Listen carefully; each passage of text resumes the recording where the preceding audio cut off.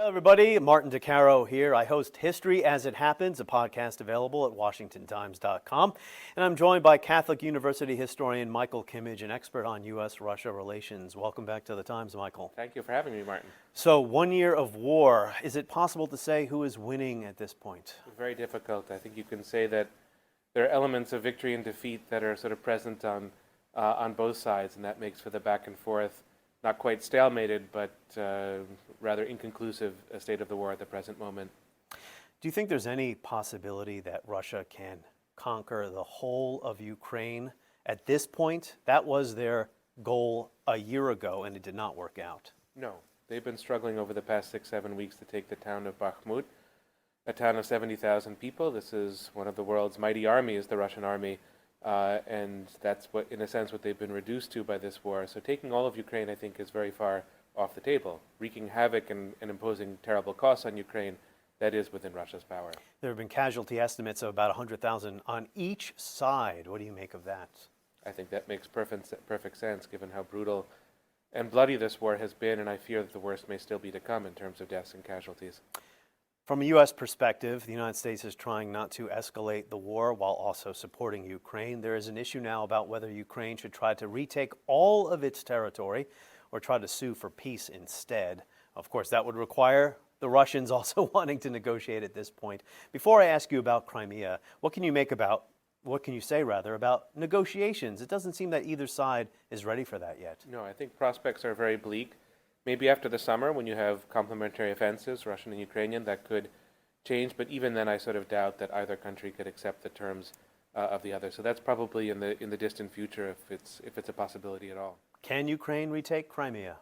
I doubt it. I think that the territory that Russia holds now is much easier for Russia to defend than the kind of territory that Ukraine took from Russia in September, October, and the earlier parts of the summer. So it's going to be harder going for Ukraine. It's going to be slower progress. And Crimea will be possible to menace for Ukraine, but to retake is a big step. Historically, why is Crimea such a sensitive issue between these two countries? Well, you could think of Crimea as one of the pivot points, really, of world history. It played a big role in the Second World War. Massive battles fought yes, there. Yeah. And even in the 19th century, you have, of course, the Crimean War of the 1850s. It's on the Black Sea. It's in between. It's strategic, and it matters a lot to Russia, and it matters to other powers. So it's one of these places that people have fought over for a very long time. One more question about causation.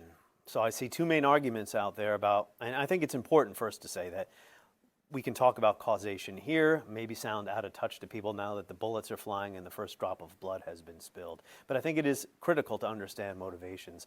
Two main arguments I see about causation are, number one, this is just pure Russian imperialism, irrational grievances on the part of Putin.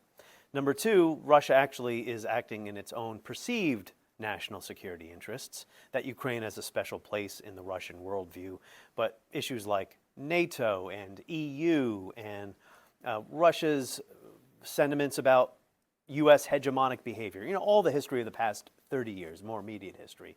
What's your take on that when it comes to motivation, those two arguments? Right. I think that they're both true and they're both important, that there's a cultural imperial element clearly to the war, and you can see that from the way that Russia has occupied territory and tried to remake, in a way, the culture of Ukraine in the course of its occupation. That's not simple geostrategy, that's something much closer to classic imperialism. But for Putin, I don't know if it's Russia's national interest, but it's certainly Putin's perceived national interest. The U.S. has overstepped.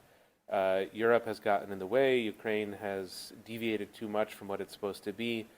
In Russian eyes, there's sort of a gathering set of threats and challenges, and so the war was decided upon as a way of breaking that up and changing it and creating a new dynamic in the region. And that's not historic, and that's not a matter of grievance. It's a kind of strategic vision that Putin has articulated. I mean, there's geostrategic interests here, too, with Crimea and the Black Sea. The law of unintended consequences worked here. No one can say at this point that this was in Russia's interest the way the war has gone. It's backfired on them on a massive scale. I think Putin might still say that the break with the West was necessary. This is the beginning of a long process. We don't know what's going to happen. If we can sort of break the hold of the West on this region, that the war may still end up being sort of successful. I think obviously Putin may be whistling past the cemetery there, but I think he may still think in those terms. But the setbacks have been absolutely immense for Russia, and the failures have been immense as well. Michael Kimmage of Catholic University. I'm Martin Caro. History as It Happens is available wherever you find your podcasts or at WashingtonTimes.com.